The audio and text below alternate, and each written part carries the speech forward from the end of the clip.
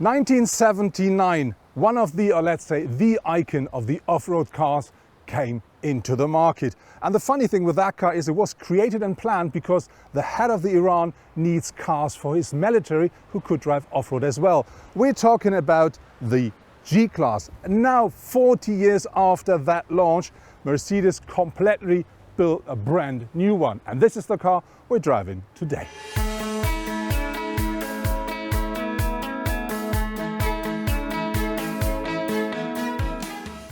When you have your first look at the new G-Class, the first thing you see, it's not so easy to say is this the new or the old version, because it still looks very similar than the predecessor. But I think the new one is a bit more soft and it looks a bit more modern as well. But there are loads of things that are going to remind you regarding to the old one. So have a look at the front. You find these very nicely round shaped headlamps here.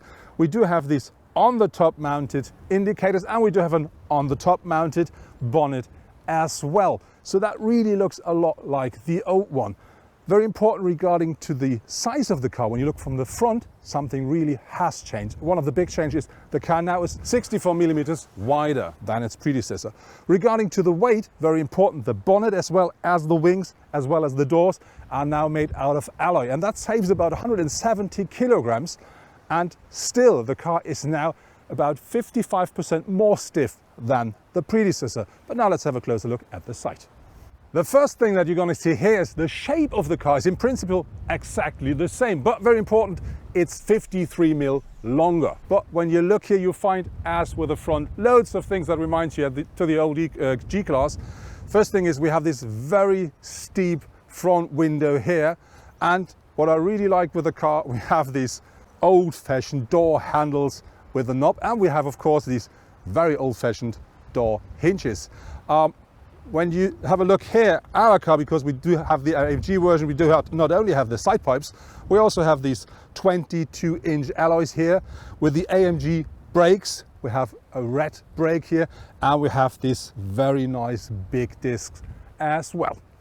At the rear of the car, we do find a typical boxy G-Class. Again, of course, we find the typical door handle, and we have this flat rear window. And something you should not miss with a new G-Class is, of course, these extra wheel mounted on the rear door.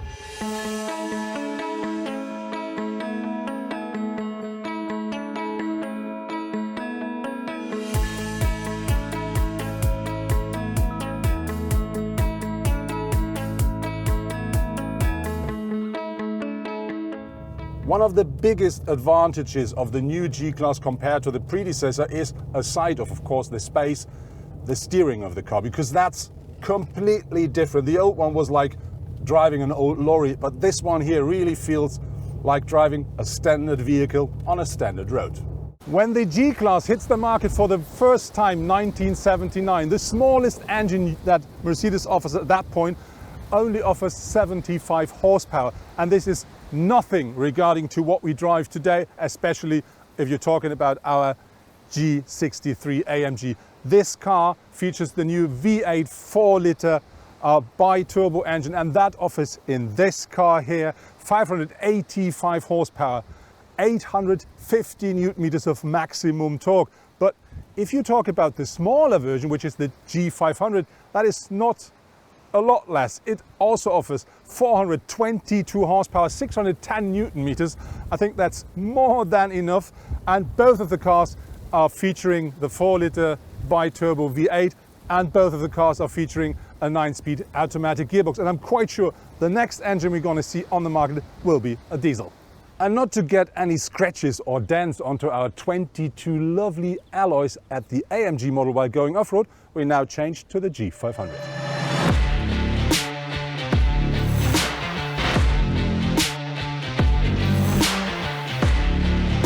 So now we're taking our G500 off-road. Goes up that hill like a goat. So now we go downhill, and I mean downhill. From here I can't see anything at all, I only see landscape, but there is the monitor, and that one works with a camera at the front of the car, so I can really see my path.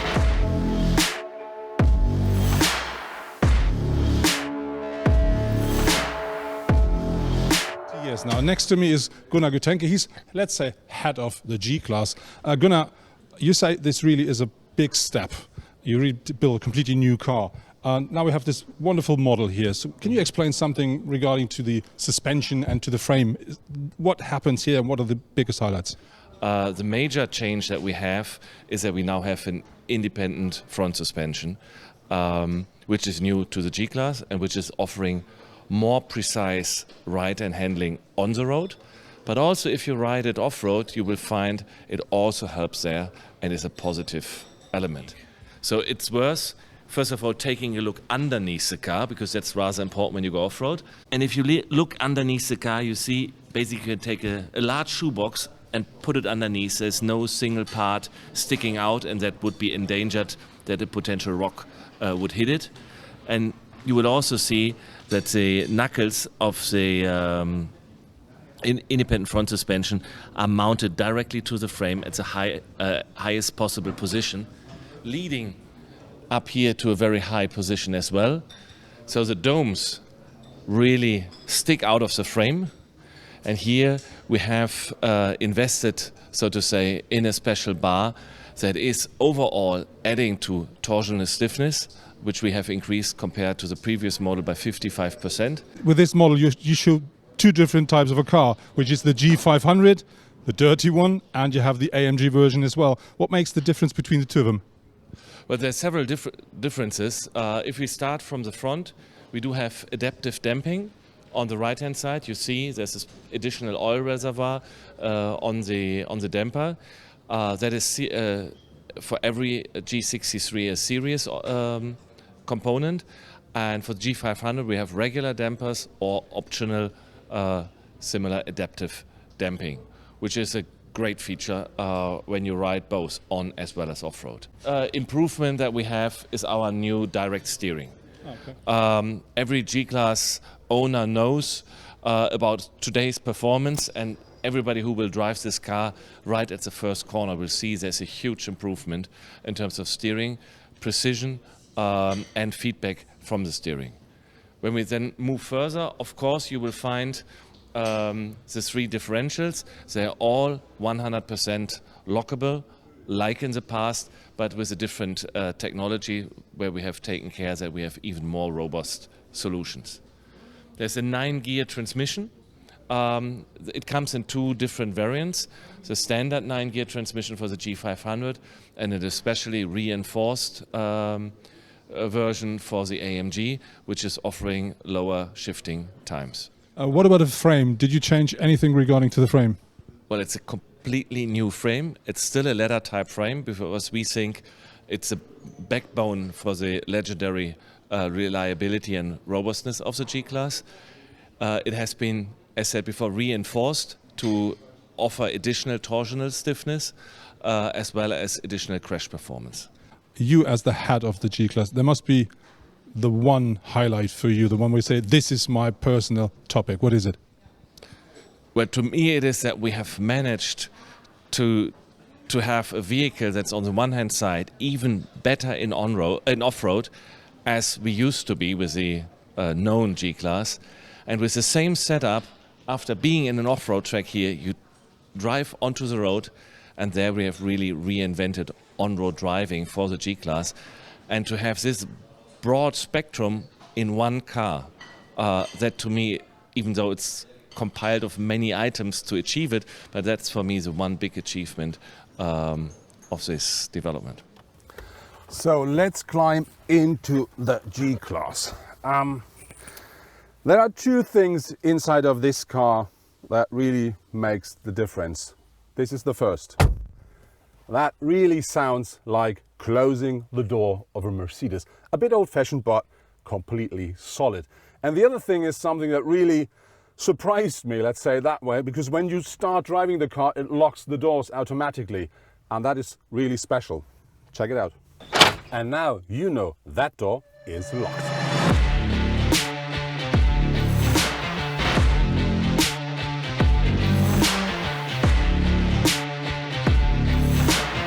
The AMG G63 accelerates from 0 to 100 kilometers or 60 miles an hour in only 4.5 seconds.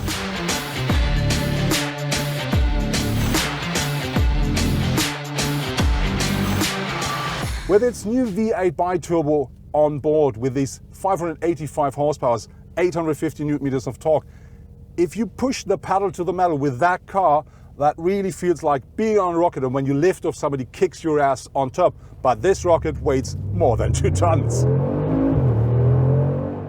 My absolutely highlight with the new G-Class is for sure the space here in the interior, because I do fit into that car now, which I didn't with the old one. This is how I sit in one of the old G-Wagons. This car here is from 1985, and I have to say comfort is completely different, and a problem is coming up when I try to get down to the pedals. That car grows in every dimension. We have here in the interior 10 centimeters regarding to the length, 12 regarding to the width, and I have 4 centimeters more in the height. And this is something I can really feel while sitting in the car. I sit very comfortable. As you see, I do have really enough space above me, which I don't have in so many cars. But nevertheless, when I'm sitting at the front, still, even though the car has been grown a lot, behind me there's not plenty of space. But to be honest, with nearly 2 meters tall, there are not so many cars where you can sit comfortably behind me.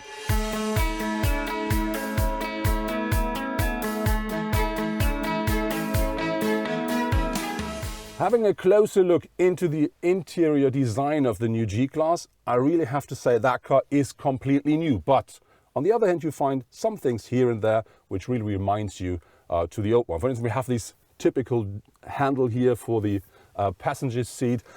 We do have this upright display here at the front, which really reminds you to the old car. But on the other hand, that car really is completely new and modern. You have, as standard with a standard G-Class, a cockpit with round tubes. But I think everybody will order this new widescreen panel here, which features two 12.3-inch displays, which you already know from, let's say, the E-Class or other cars. And you find a lot of typical Mercedes stuff in here, like the cup holder in here, or the completely jog dial here, or for instance the seat control, which is in the door panel, as you know from all the other cars.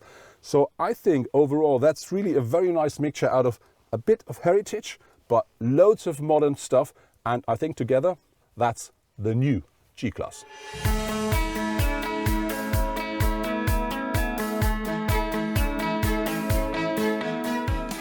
Another thing aside to the comfort of the car is the new G-Class is a lot more quiet at the interior than its predecessor.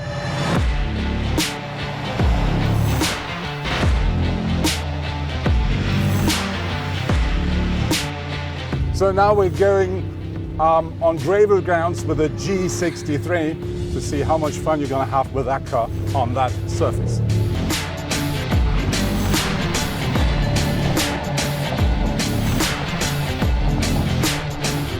So now we're in Sport Plus mode, and I really have to say that's absolutely great fun, pure pleasure to drive.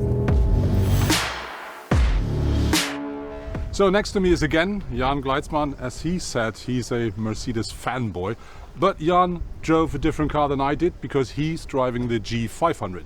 So Jan, what do you think about that car? I'm a Mercedes-Benz fanboy, and the G-Class is my favorite Mercedes. So the G-Wagon itself is just perfect, and I was very scared when they announced the new generation. I was thinking, oh well, another SUV, you know, oh please. But I'm so pleased what they did with the car. Just everything, the whole package is just perfect, and I'm very happy. That car starts at a bit more than 107,000 euros in Germany. Do you think it's worth the money? Well, my heart is bleeding because I would love to take the car just away home. But this car, right, like I drove it, 150,000 euros. It's just not affordable for a little YouTuber guy like me. But you have to consider that it's very stable in its price. If you look for used cars, they're still very, very pricey or expensive, however you want to put it. And so it's sort of an invest if you buy one, I guess. Okay. How about the drive? What is your favorite regarding to the drive of the car? Well, I'm very, very pleased what they did with the suspension, the new suspension. To be honest, I loved the old G-Wagons as well, generation for generation, and the last one was already pretty good. But now with the new suspension setup, and especially with the adaptive suspension setup, it's so much easier to drive on the streets, and you can enjoy it much more. With the different driving programs, like when you drive in sport, you can even, you know, corner on curvy mountain roads without, you know, losing your heart. It's really amazing what they did with the suspension. I'm very pleased. And do you think, is this still a real G-Class? Oh, of course it is.